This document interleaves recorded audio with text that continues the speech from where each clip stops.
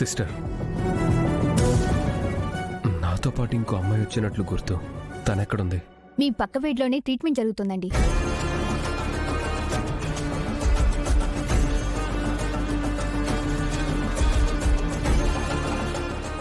అయ్యయ్యో, మీరలా కదలకూడదండి.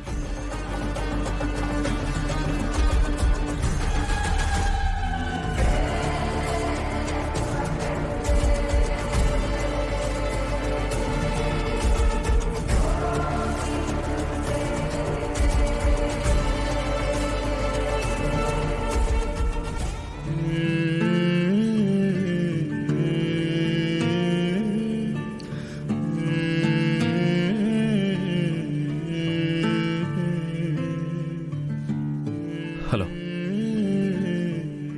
ఎవరు మీరు? అసలేమైంది మీకు?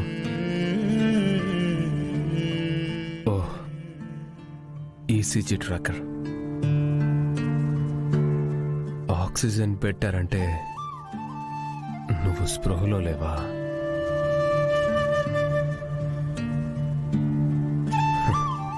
ఏంటో ఇందాక నీ పక్కన కూర్చున్నాను కదా, నువ్వు నాకు కొత్త మనిషిలా అనిపించలేదు. చాలా సంవత్సరాల నుంచి తెలిసిన మనిషిలాగే అనిపించావు.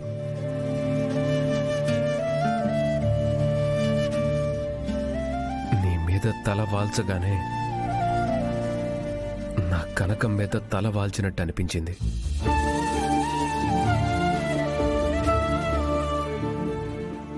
సారీ, నీకు నా కనకం ఎవరో తెలియదు కదా.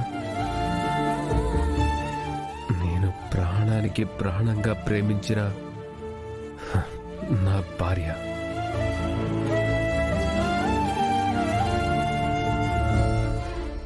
అలాంటి నా భార్య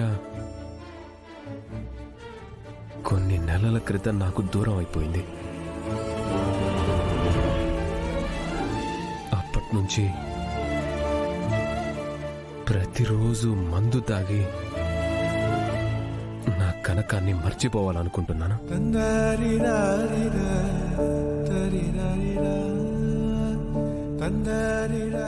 ఎంత తాగినా ఈ ప్రపంచాన్ని మర్చిపోతున్నాను, కానీ నా కనకాన్ని మర్చిపోలేకపోతున్నాను.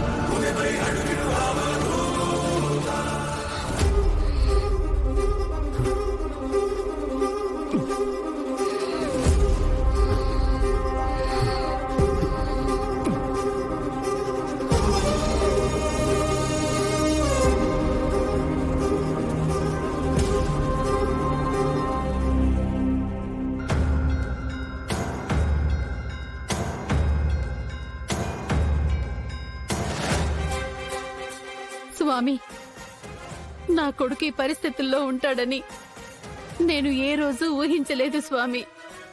నా కోడలు ఇంట్లో నుంచి వెళ్ళిపోయింది. తనెందుకు వెళ్ళిపోయిందో నాకిప్పటికీ అర్థం కావడం లేదు. నువ్వే ఎలాగైనా నా కోడలు నా ఇంటికి తిరిగొచ్చేలా చేయి స్వామి.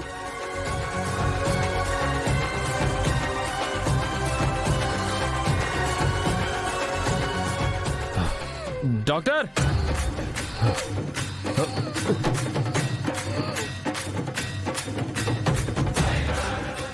డాక్టర్, డాక్టర్, ఏమైంది? లోపల పేషెంట్కి మీ హెల్ప్ త్వరగా కావాలి.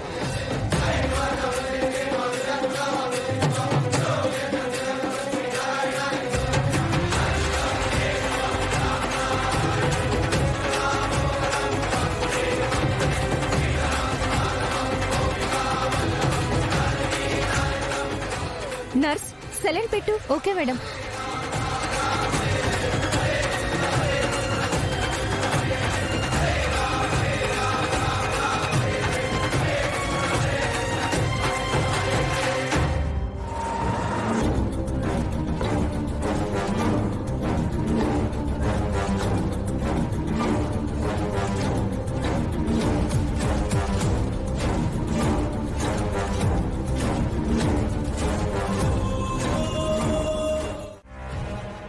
నువ్వు కాల్ లిఫ్ట్ చేసావా?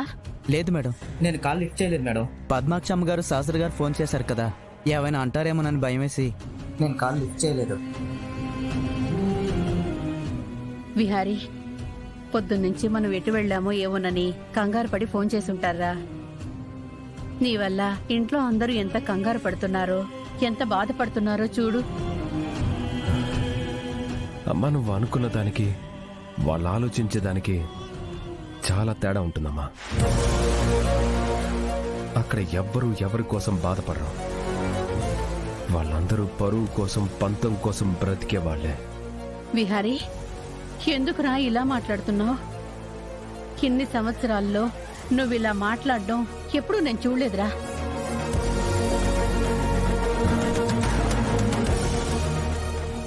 కాలం మనకన్నీ నేర్పిస్తుందమ్మా.